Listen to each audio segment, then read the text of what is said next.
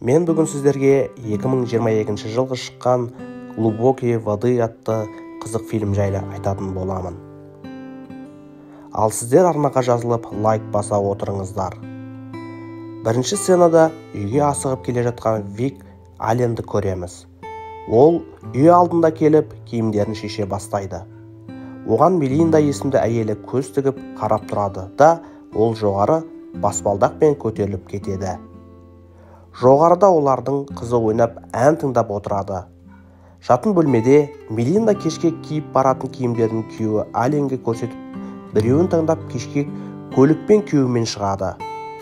Кеште Мелинда өзінің досы Джоэлді көріп қалып, бар назарын соған аударады. Вик өз әйелін сырттан терезеден бақылап тұрады.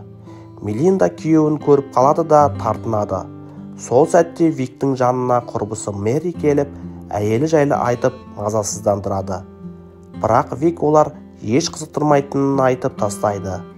Оларға мереке кеш иесі жігіт жақындап, оның әйелі ішімдікке тойып, пианинода ойнап жатыр деп, бір жағынан тосайтып мас болып қалды деп айтады. Вик әйелінің досы Джоэлға қарап, қонақ жайлылығыңа рахмет айтып, әйелімен көп кездескен Мартин Макрай жайлы айтып, ол соңында өзі із-түзсіз жоғалып кеткені жайлы хабардар болғанын айтады.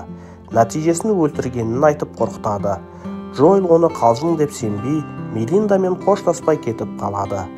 Келесі кадрда Мелинда мен Вик көлік сыртында сөйлесіп, Джоэлді сөз қылады. Сосын көлікте екеуі тыныш үйге қайтады. Үйге келгесін бала күтушімен айлық жайлы сөйлесіп болғасын, Вик Мелиндаға кейін деп ұрсады. Вик осы үшін няняның алдында кешірім сұрайды. Жатар алдында Вик Мелиндаға денесіне крем жағып бергенде, ол ақылы төмен Джоэлді неге ұнататынын айтып, кейде оны өзі де түсінбейтінін айтып таңқалады. Бірақ Джоэлмен кездескенде өзін жақсы сезінетінін жасырмай айтады. Ертесіне Вик қызын мектепке апарып, қоштасып жатқанда танысы көріп қалып, кешегі кісі өлімі жайлы әңгімені сұрайды. Кешегі әңгіме адамдарға тарап кеткен еді. Виктің достары кездесіп, сол әңгімені сөз қылып талқылап жатады. Вик үйіне келгенде, Мелинда ашуланып, Виктің денесіне жабысып, сен одан кешірім сұрау керексің дейді. Сол сәтте үйіне Джоэл келеді. Оны Вик қарсы алып, кешкі аста бірге тамақтанады.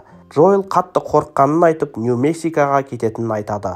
Сол сәтте қызы келіп, ұйқысы келгенін айтып, папаң ұйықтатады дейді де, Вик қызын ұйықтатып жатқанда, Джоэл мен Мелинда оңаша қалып, ойнасып жатады. Вик әйелін бөлмесіне қуып жіберіп, Джоэлмен сөйлесіп, одан кешірім сұрамайтынын айтып, сыртта такси тұрғанын айтып, кет дейді. Келесі кадрда той жиында Вик достарымен отырады. Мелинда күйеуін дрондарға чип жасады деп мақтанып отырады. Сосын Мелинда қызын ойнатып билеп жатқанда, Вик болса биге әдемі әйелді шақырып билей бастайды. Оны көрген адамдар таңқалады. Мелинданың құрбылары да қарап сөз қылады. Үйге келе жатып Мелинда да әлгі әйел сұлу екен деп қызғанып сөз қылады. Келесі күні жанұя спорт алаңында қызын қолдауға барады да, сол сәтте Викқа банктан хабарласып қомақты қаржы жайында айтады. Оның шотынан әйелі пианино сабағынан беретін Чарльз Делайла есімді жігітке көп ақша аударғанын айтады.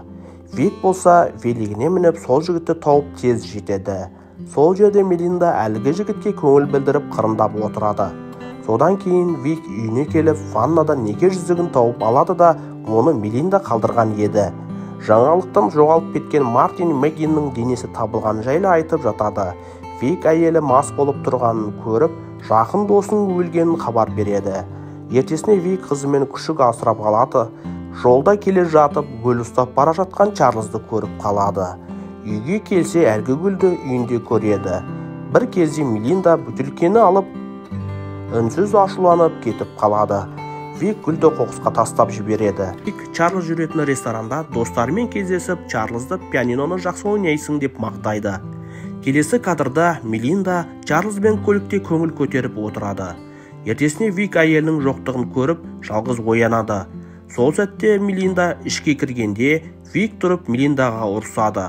Мелинда болса, мен туралы жаман ойлама деп құтылады да, келесі күні мерекеде Мелинда Чарльзды баршаға пианино беретін ұстазым деп таныстырып, сол жерде билей кетеді. Мелинда күйеуіне қырындап тиісе кетеді де, сосын Чарльзды күйеуімен жеке таныстырады да, араларында ыңғайсыз әңгіме жүреді. Кешке Вик әйелін Чарльзбен бөлмеден жалаңаш шыққанын көріп, бассейн жаққа бара жатқанын көреді. Сосын достары бәрі бассейнге түседі. Сол кезде жаңбыр жауып кетеді де, бәрі ішке кіріп кетеді. Вик бассейнде қалады, оның жанында Чарльз ғана қалады. Сол кезде жазушы Уилсон куә болып бір нәрсені көріп қалады. Ішке Виктің өзі ғана оралады. Мелинда Чарльзды іздеп терезеден қарағанда, Чарльздың денесін көріп қатты айқайлайды. Оны ешкім құтқара алмай өліп қалған болады. Полиция шақырып денесін алып кетеді. Детектив кештегі барлық адамдардан сұрақ жауап жасайды. Мелинда айқайлап Викті кінәлайды, бірақ дәлел болмағандықтан оны ұстай алмайды. Вик бөлмеге келіп, мені қаншер деп кінәласаң, ажырасасың ба деп сұрайды. Бірақ Мелинда жоқ дейді. Чарльздың өлімін ойлап мазасызданған Вик көшеде оның артынан әлде біреудің түскенін байқайды. Вик қызын мектепке әкеліп, құрбысын көріп, ол күйеуі үшін кешірім сұрайды. Оның күйеуі Уилсон еді. Оны адамдар Виктен көрген болатын. Вик Келлиді сабырға шақырып, кешкі асқа шақырады. Виктің көршісі сені өлтірдің, мойныңа ал деп ашық айтады. Бір күні Вик ізіне түскен машинаны танып қалып, ішінде жатқан фотоаппаратты көреді.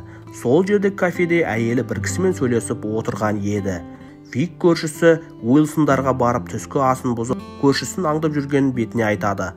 Вик содан кейін Мелинданың бұрынғы жігіті Томимен көріп қалады.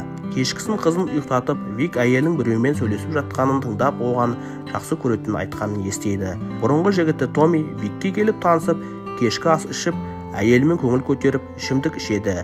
Еш нәрсені білдірмеген Вик әлгі жігіт Томиді орманға апарады да, таспен ұрып мерт қылады да, денесін жасырып тастайды.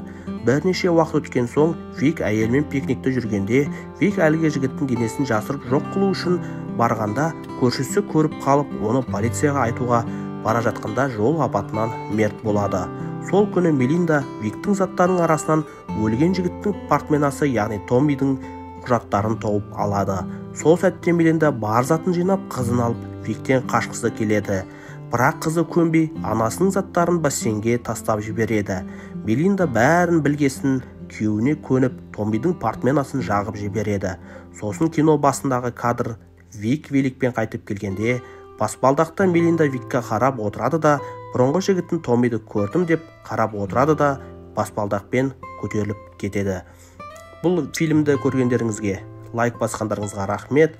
Арнаға жазылып, лайк баса отырыңыздар. Келесі кездескенше күн жақсы болсын. Сау болыңыздар.